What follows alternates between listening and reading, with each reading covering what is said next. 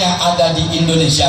Di Timur Tengah sana, walaupun tempat turunnya Islam, saat ini kita bisa lihat, saat ini kita bisa nonton, saksikan bersama. Suriah apakah bukan negeri beradab? Mereka negeri yang sangat beradab, yang sangat sopan, yang sangat santun, ekonominya mapan, dan mereka adalah gudangnya, tempatnya para ulama.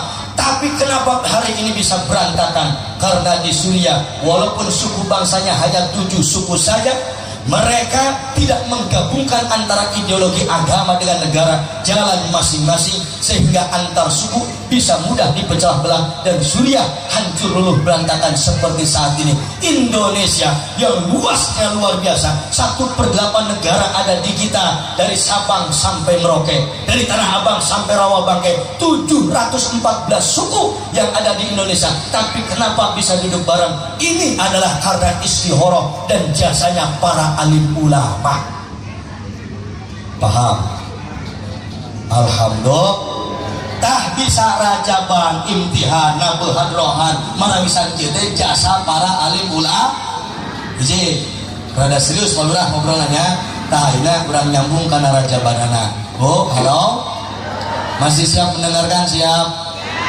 Pada digupingkan pada? Kelar kini mulai rada capek.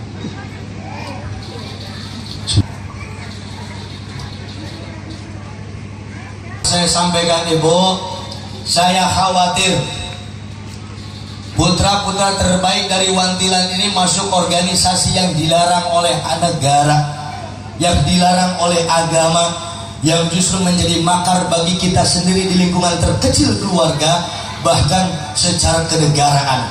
Makanya cukup ikuti ajaran orang tua kita, ajaran guru-guru kita, bergabung dalam ajaran akidah Ahlussunnah wal Jamaah An-Nahdiyah, maka insya Allah selamat dunia sampai akhirat. Saudi Arabia saja sekarang belajar ke Indonesia. Putra Raja Salman sudah membuka diri melakukan Islam moderat, tidak lagi eksklusif seperti Saudi yang tahun lalu.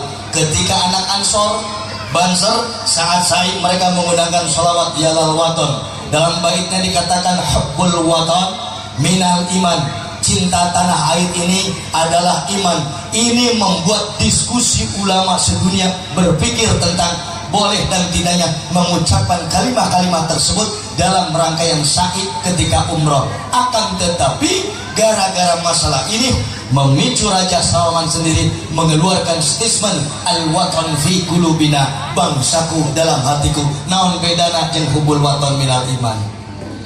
Terus cinta tanah air adalah iman.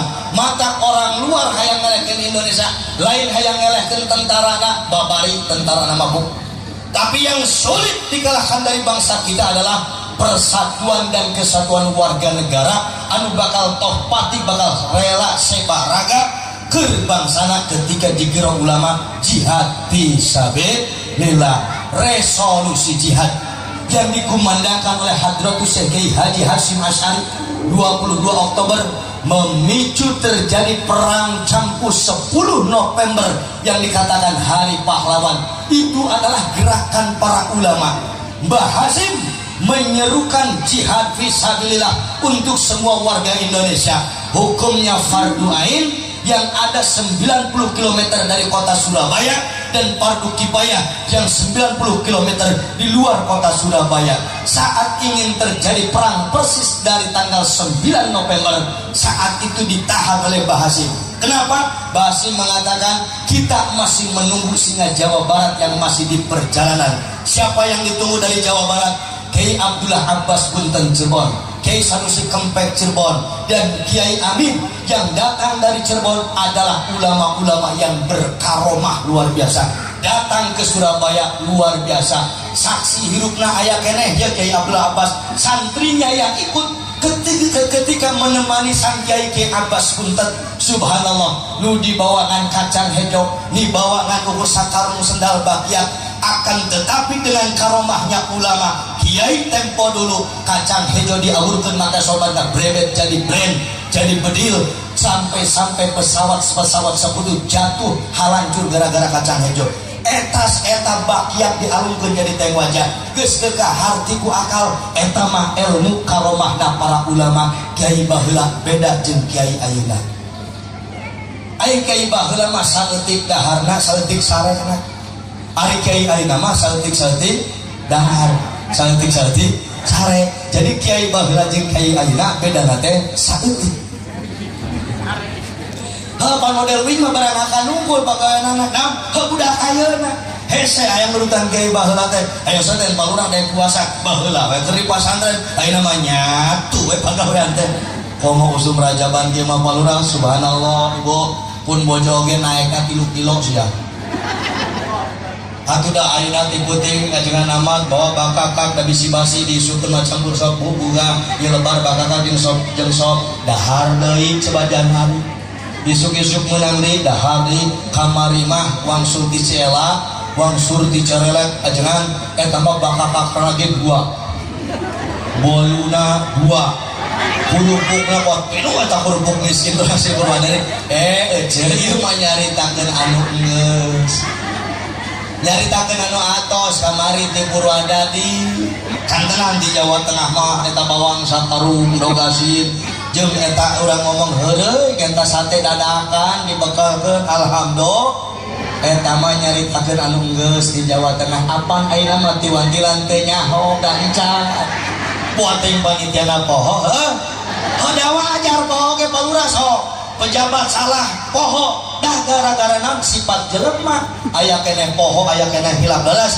tah simkuring mah menyadari papada jalma matak dicaritakeun teh bisi poho ka panitia tah itu saling memaklum we ayeuna mah kudu silih hampura leres.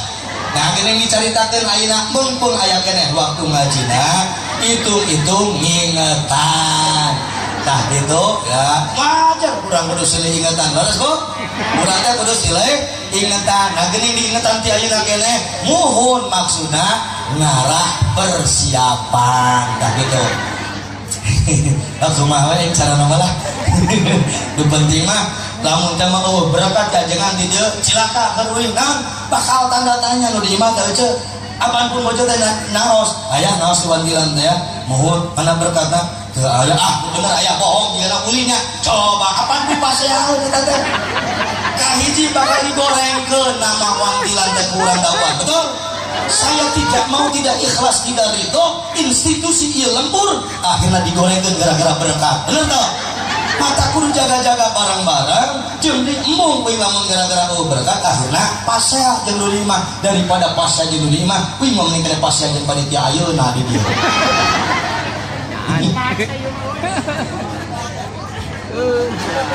tos dugi ka mana bogi teh lekat